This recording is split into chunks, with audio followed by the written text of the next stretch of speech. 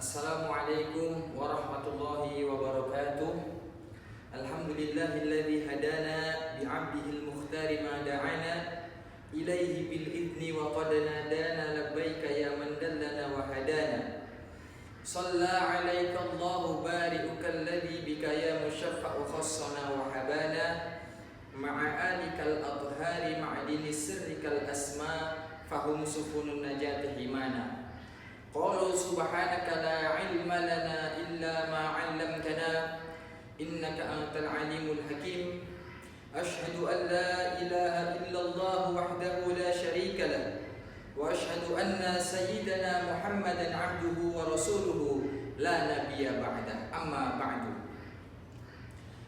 Puji serta syukur sudah selayaknya kita haturkan kehadirat Allah Subhanahu wa taala, Zat yang Maha Ghafur, Zat yang tidak pernah tertidur.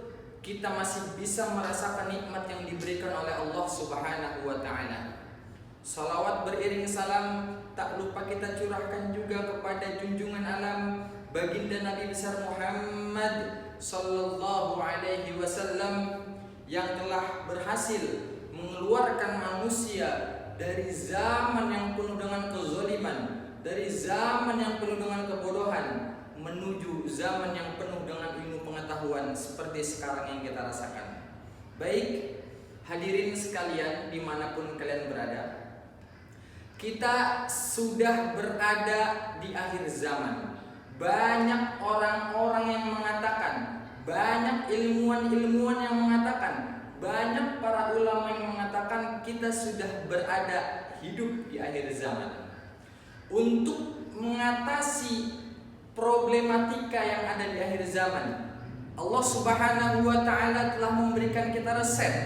Allah Subhanahu wa ta'ala telah memberikan kita cara supaya siap menghadapi akhir zaman. Sebagaimana yang Allah firmankan di dalam Al-Quran, A'udzubillahi minasyaitonir rajim, Bismillahirrahmanirrahim. Alladzina yunfiquna fis sarra'i wad dharra'i wal kaziminal ghaidh wal 'afina 'anil nas. Baik teman-teman semua, Allah Subhanahu wa ta'ala telah memberikan kita penjelasan yang begitu detail di dalam firman-Nya. Tadi sudah saya bacakan firman yang mana artinya adalah ketika kita hidup di zaman yang penuh dengan problematika, kita tidak boleh melepaskan dari 3 sifat harus ada pada diri kita. Yang pertama yaitu adalah alladzina yunfiquna fis sarra'i wad dharra. Kita harus senantiasa yunfiqun itu memberi atau berkontribusi kepada masyarakat lain, baik fis sarra'i wad dharra, dalam keadaan senang maupun susah. Itu yang pertama. Kemudian yang kedua, cara yang kedua, resep yang kedua yang diajarkan oleh Allah Subhanahu wa taala adalah wal kaziminal ghaidh. Ketika kita sedang emosi, ketika kita sedang marah, kita masih bisa memberikan keputusan dengan dermawan. Kemudian yang ketiga adalah wal 'afina 'anil nas, yakni orang-orang yang selalu memaafkan sesama manusia. Bahkan Rasulullah Shallallahu alaihi wasallam ketika beliau berada di lingkungan kafir Quraisy, beliau berada di kehidupan sosial, beliau tidak lepas dari hukum sosial. Walaupun berkata para ulama yang mengatakan bahwasanya Nabi Muhammad adalah man uyida bikauni kullih, adalah orang yang didukung oleh sekian alam semesta. Kalau Rasulullah Shallallahu alaihi wasallam tidak bersosial dengan baik, maka ditegaskan di dalam firman Allah Subhanahu wa taala, walau kunta fazzan ghalizal qalbi la faddu min hawlik. Wahai Muhammad, seandainya engkau mempunyai hati yang keras, engkau mempunyai hati yang suka pemarah, maka orang-orang yang ada di sekelilingmu akan lari darimu. Na'udzubillah, summa na'udzubillah min zalik. Oke teman-teman, kita hidup di dunia ini yakni tidak lepas dari 2 aspek, yakni ada hablum minallah dan hablum minan nas. Hablum minallah ini adalah hubungan yang bersifat vertikal, baik itu sholat, puasa, zakat, haji, itu semuanya berhubungan dengan Allah Subhanahu wa Ta'ala. Tapi jangan lupa, ketika kita sudah menunaikan kewajiban kita kepada Allah Subhanahu wa Ta'ala, kita tidak lepas dari poin yang kedua, yakni adalah hablum minan nas. Ini yang penting teman-teman.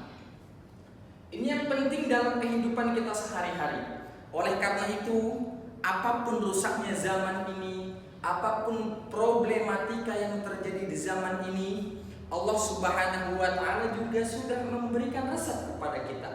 Apa kata Allah Subhanahu wa Ta'ala di dalam Al-Qur'an? Min baini farsin wa damin labanan khalisan sa'ighal lisyaribin.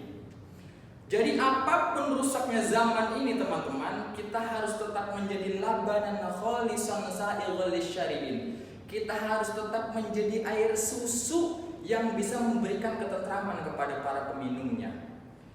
Jadi apa yang kita ambil dari ayat ini teman-teman? Apapun rusaknya zaman ini, susu itu kan teman-teman, susu itu kan berasal dari tubuh sapi, tubuh hewan, yang di dalamnya ada kotoran, ada macam-macam, tapi dia tetap keluar secara murni dan putih. Itulah yang diharapkan Rasulullah SAW kepada para umatnya, agar tidak terkontaminasi dengan rusaknya zaman ini. Demikianlah ceramah dari saya. Mudah-mudahan kita termasuk orang-orang yang selalu dijaga oleh Allah Subhanahu wa Ta'ala. Mudah-mudahan kita termasuk orang-orang yang dibebaskan dari fitnah akhir zaman. Amin amin ya rabbal alamin. Syukran katsiran ala ihtimamikum. Allahumma ij'alna min ibadika ihsanik wa la taj'alna min ibadika imtihanik. Assalamualaikum warahmatullahi wabarakatuh.